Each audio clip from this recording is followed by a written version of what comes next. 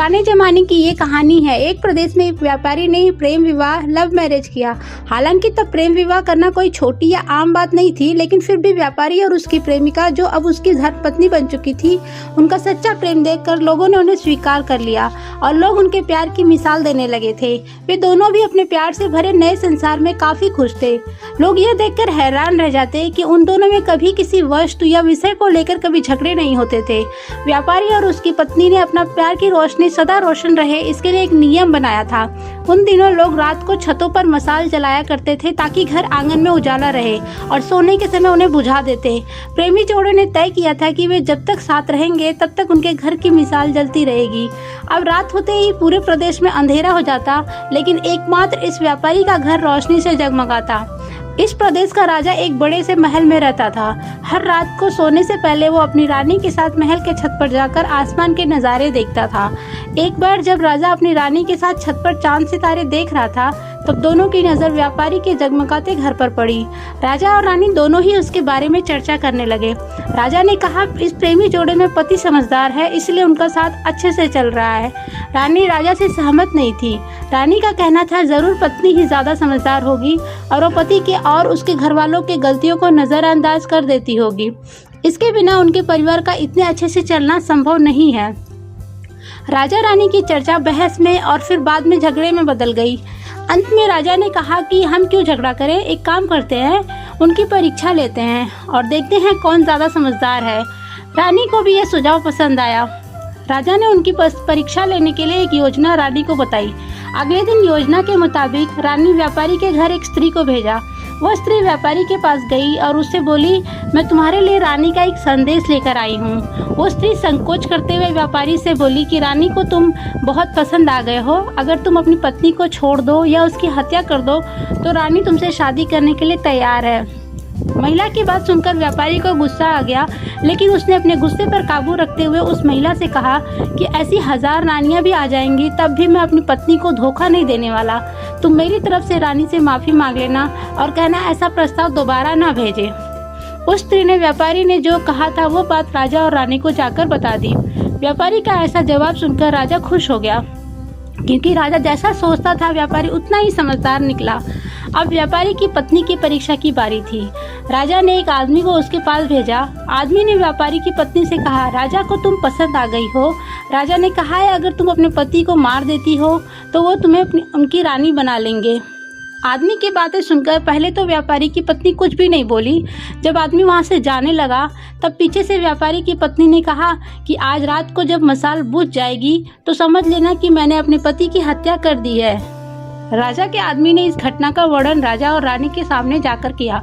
राजा को व्यापारी की पत्नी पर काफी गुस्सा आया, लेकिन रानी ने राजा से कहा कि वह सिर्फ ऐसा कह सकती है, कर नहीं सकती।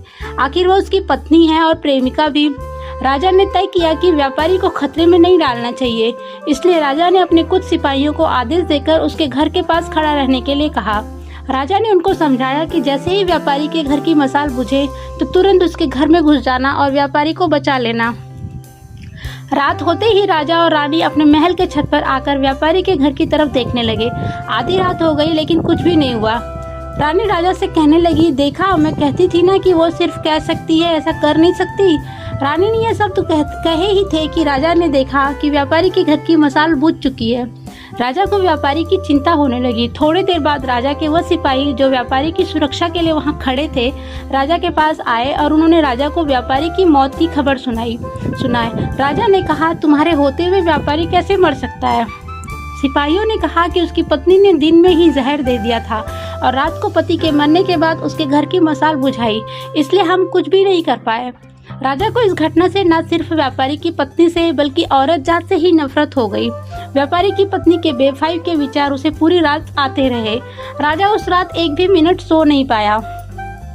राजा को इस बात का काफी पश्चाताप हुआ कि उसकी वजह से व्यापारी को अपनी जान गंवानी पड़ी। सवेरे राजा ने अपने एक मंत्री को बुलाया और उसे आदेश दिया कि मैं शिकार करने जा रहा हूँ। जब तक मैं लौटूंगा इस प्रदेश की सभी महिलाओं को गला काटकर मार देना। राजा का ऐसा आदेश सुनकर मंत्री ने राजा को काफी समझाने की कोशिश की, लेकिन राजा उसकी एक भी बात सुनने के लिए तैयार नहीं था और राजा ने उसे धमकी दी कि अगर तुमने यह काम पूरा नहीं किया तो सबसे पहले मैं तुम्हें ही मौत की सजा दे दूंगा। राजा के शिकार पर जाने के बाद मंत्री काफी चिंता में डूब गया। जब मंत्री को कुछ भी नहीं समझ में आ रहा था तो मंत्री सीधे अपने पिता के घर गया, जो पहले राजा के पिता के यहाँ मंत्री रह चुका था और काफी समझदार था। मंत्री ने अपने पिता को सारी बात बताई। बेटे की बात सुनने के बाद उसके पिता ने उसे कहा कि सबसे पहले तुम कहीं पर छुप जाओ, क्योंकि राजा जब लौटेगा और देखेगा कि तुमने उसका हुक्म नहीं माना है तो वो तुम्हें सजा देगा। मैं देखता हूँ किसी तरह राजा को समझाता हूँ। रात को जब राजा लौटा और उसने देखा कि उसके प्रदेश में सभी महिलाएं पहले की तरह ही अपना काम कर रही हैं, घूम रही हैं, तो उसे मंत्री पर बहुत गुस्सा आया। हर जगह तलाश करने के बाद जब मंत्री नहीं मिला तो राजा सीधे मंत्री के पिता के घर जा पहुंचा। राजा ने मंत्री के पिता से मंत्री के बारे में पूछा। मंत्री के पिता ने राजा को शांत करने के लिए पानी दिया, बैठने के लिए कहा और बाद में राजा से पूछा कि आप क्यों सभी महिलाओं को मारना चाहते हैं। राजा ने व्यापारी वाली पूरी कहानी मंत्री के पिता को बताई।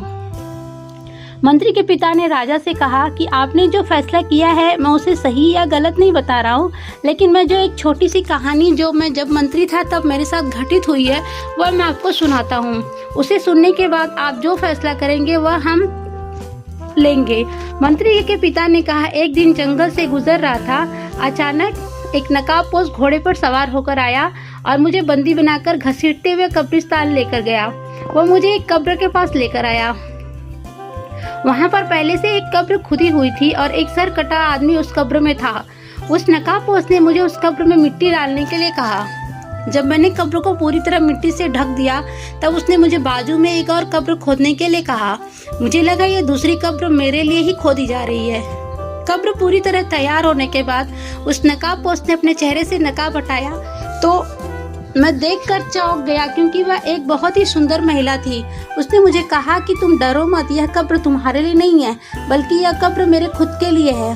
अभी अभी जो तुमने इस सरकटे आदमी को दफन किया है वह एक राजकुमार है, जिसने मुझे पाने के लिए मेरे पति की हत्या कर दी और मैंने बदले लेने के लिए उसे मार दिया।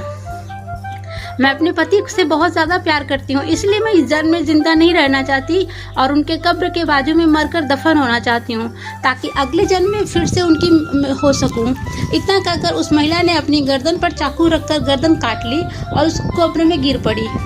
मेरे पास कोई दूसरा उपाय नहीं था, क्योंकि मुझे पता चल चुका था कि वह मुझे सिर्फ अपने आप को कब्र में दफन करने के लिए वहाँ तक लेकर गई थी। तो मैंने उसे दफन किया और अपने घर वापस लौट गया।